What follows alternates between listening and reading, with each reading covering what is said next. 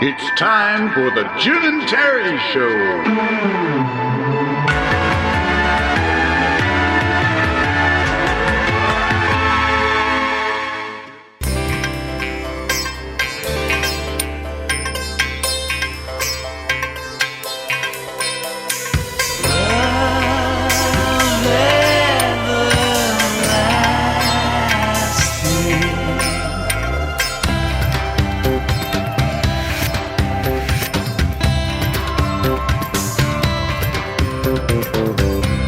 I see the blood of roses out in the field.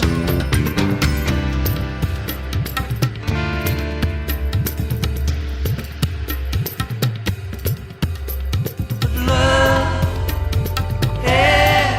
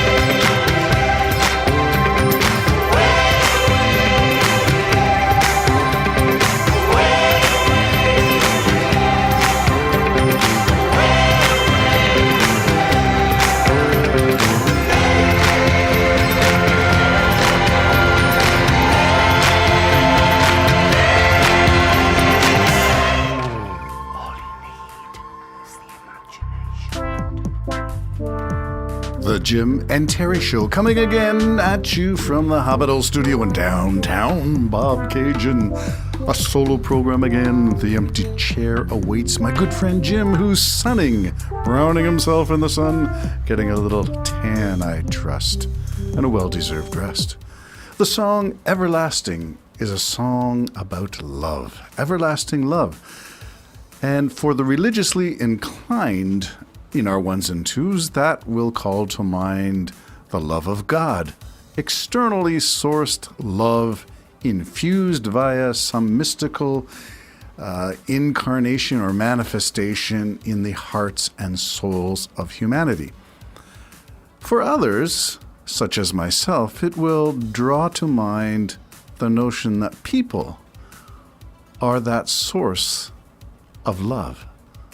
That we love each other, and when we demonstrate that, we are demonstrating something that is greater than the individual or sum of individuals who are demonstrating that feeling, that sentiment.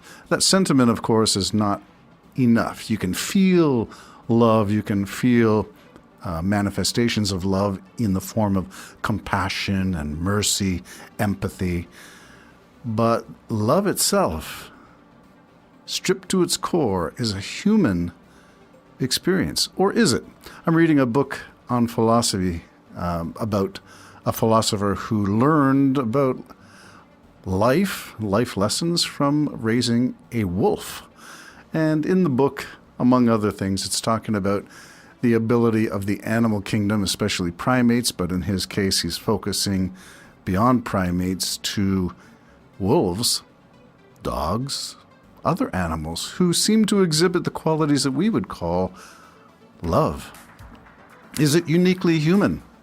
I'm not sure. Is it a byproduct of a divine intervention? I'm not sure about that. What I am curious about is that humanity has been around manifesting. That means exhibiting, demonstrating, not in the sense of a New Age manifesting with crystals or incantations or incense or any one of those other manifestation paraphernalia things. I'm saying humanity has been around for a long, long time, and perhaps even human existence on the planet Earth through recent archaeology seems to be predating the existence of the God of Israel, or even the Muslim interpretation of the divine, or the Buddhist or Hindu or any other religious manifestation. People have been around, and I am going to extend the argument and say people and love have been around as long as there have been people, which seems to be far longer, at least from the archaeology that I've been reading. And from the digs that we have in southern Turkey, where we find sites such as Göbekli Tepe, dating way before Stonehenge, communities gathering, festivals apparent, and these sites are dated 10, 15,000 years ago, whereas the Old Testament is about, we're imagining 3,000 years. But the oldest copy of the Old Testament that we have is dated somewhere around 600 BCE, before current era.